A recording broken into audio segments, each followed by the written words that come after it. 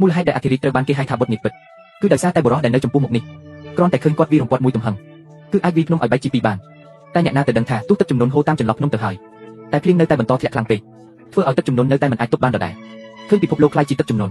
រាប់ពាន់គីឡូម៉ែត្រទៅបានបំផ្លាញភូមិស្រែចម្ការប្រជាជនត្រូវបាត់បង់ទីជម្រកនិងរងទុក្ខវេទនាបំផុតគាត់ក៏សម្រេចចិត្តទៅសុំជួបស្ដេចណាកតែម្នាក់ឯងគាត់ស្រែកហៅបីដងនៅមាត់ទន្លេពេលនោះទុកនាគមួយក៏បានលេចមកឡើងគាត់ឡើងលើទុកនាគមិនយូរប៉ុន្មានក៏បានទៅដល់នគរនាគនៅបាត់ទន្លេអត្រីធំឯងរកអញមានការអីព្រះស្ដេចណាកអញ្ជើញទៅទតមើលពិភពមនុស្សផងឥឡូវទឹកចំនួនធ្ងន់ធ្ងរណាស់មិនអាចរស់បានទៀតទេខ្ញុំតំណាងឲ្យប្រជាជនទូទាំងផែនដីសូមលោកបញ្ឈប់ការបង្អុតភ្លៀងផងតែស្ដេចនាគស្ដាប់ហើយក៏មានការលំបាកចិត្តណាស់ដែរអញបង្អុតភ្លៀងតាមបញ្ជារបស់ព្រះយិនដើម្បីស្រោចស្រពដើមឈើនិងដំណាំបើខ្ញុំបិទភ្លៀងដោយឯកតោភាគីនោះគឺបំពេញបញ្ជាព្រះអង្គហើយបើព្រះអង្គបិទភ្លៀងប្រជាជននៅលើលោកនឹងថ្វាយបង្គំដល់ព្រះអន្ត្រីធិរាជបន់ស្រន់ដល់ឋានសួគ៌ទ្វេដងព្រះអន្ត្រីធិរាជទ្រង់ជ្រាបការបន់ស្រន់របស់ប្រជាជនហើយទ្រង់នឹងមិនស្ដីបន្ទោសព្រះអង្គឡើយព្រះបាទនាគរីទ្រង់ជ្រាបការវិភាគរបស់ដាយុហើយឥឡូវនេះដើម្បីប្រជារាស្ត្រទូទាំងនគរក៏ត្រូវតែប្រថុយធ្វើបែបនេះនៅពេលនោះប្រកបដោយសិរីមង្គលដ៏ធំធេងខ្លួនឯងនាពេលអនាគតនឹងជួបតែសំណាងល្អមានលាភសំណាងស្រាប់តែឃើញព្រះបាទនាគរីទ្រង់ក្រវីព្រះហស្តម្ដងពុកខ្មៅងឹតក៏រលីបាត់ភ្លាមមិនក៏មានពន្លឺថ្ងៃភ្លឺចែងចាំងភ្លាមប៉ុន្តែទីនេះមានទឹកជន់លិចពេញអស់ហើយគ្មានដីសទៀតទេក៏គ្មានស្បៀងអាហារដែរតើមនុស្សអាចរស់នៅដោយរបៀបណាទៅព្រះបាទនាគរីទ្រង់មានបន្ទូលថាអនុញ្ញាតឲ្យខ្ញុំបង្វែរទឹកចំនួនចេញបាន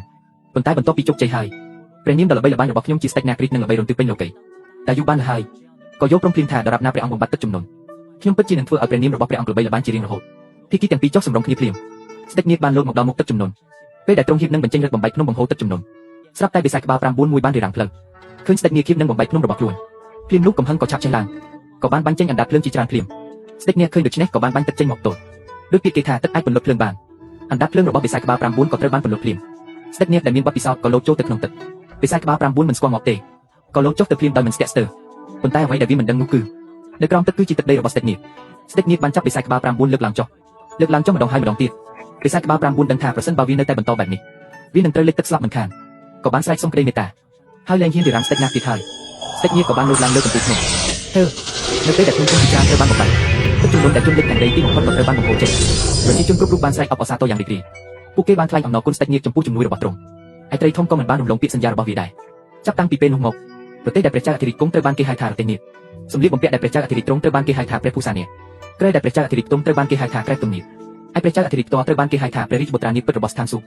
ហើយបានបន្តប្រើប្រាស់រហូតមកដល់បច្ចុប្បន្ន